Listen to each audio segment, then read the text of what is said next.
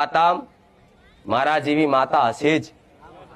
જો તમને ઘડે ઘડે ઘડે મનમાં એવી ટ્યુબલાઇટો થતી હોય, સારું મેલડી તો નહીં હોય, મારા ખાતા મેલડી તો નહીં હોય, હોવી જ જોઈએ, હોવી જ જોઈએ। જો ઘડીએ ને ઘડીએ રોજે રોજ રોજે રોજ રોજે રોજ તમને મનમાં આવો પ્રેરણા થતી હોય ને, અમારી મેલડી હશે જ, હશે જ। અને મેલડીના નામથી ભક્તિ દાડે દાડે વધતી જતી હશે ને, તો હું એવું કહું છું, કોઈ ભુવાન પૂછ્યા વગર, કોઈ તમારા કાકા કુટુંબને પૂછ્યા વગર, મને માતાને પૂછ્યા વગર ઓંધરો દીવો ઉગતાની મેલડી કરી અને કદાચ ચાલુ કરી દેજો અને કહેજો કે માં તું અમારા બાપ દાદાની અમને લોહીએ લાગતી હોય ને તો લે માતાને અપનાવી લઉં છું હું મેલડી આવું બોલો।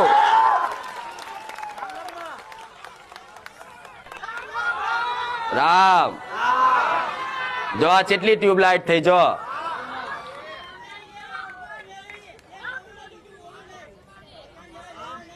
એટલે તમને આ કનેક્શન થાય છે, આ પ્રેરણા થાય છે, તો મારા કહેવાની રાહ નહીં જોઈ, તમારે જાતે એની મહેનત કરવાની। કદાચ તમને શંકા લાગતી હોય કે માં હશે કે નહીં, મને લાગે છે ખરું પણ માં થોડું હજુ ડાઉટ છે, સારું ના હોય તો કદાચ તમારી પેઢીમાં તમારા વડવાએ ઉગતા પોરની મેલડી નહીં પૂજી હોય ને અને દીવો કરશો તોય તમારી માં યાત્રા થાય। ચમ તમારી માં ક્યારે યાત્રા થાય? ઘરમાં કોઈ પણ માતાજીનો દીવો કરવાથી તમારી કુળની માં કેમ યાત્રા થાય?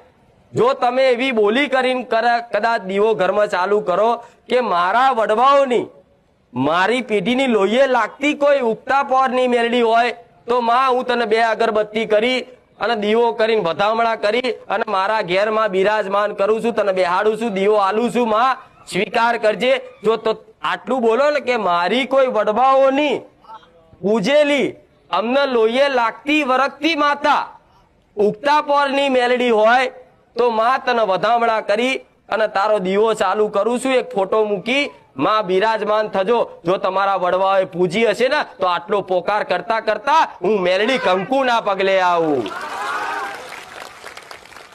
આ વાત દીકરાઓને લાગુ પડે અને દીકરીઓને લાગુ પડે, પણ કઈક કહેતા હોય છે કે હા માં અમે તો મેલડી માં પૂજીએ છીએ, પણ તમારા વડવાઓની પૂજેલી માતા તમારા ખાતાની હશે ને એ જ તમારી માં સ્વીકાર કરશે, બીજી માતા સ્વીકાર કરશે।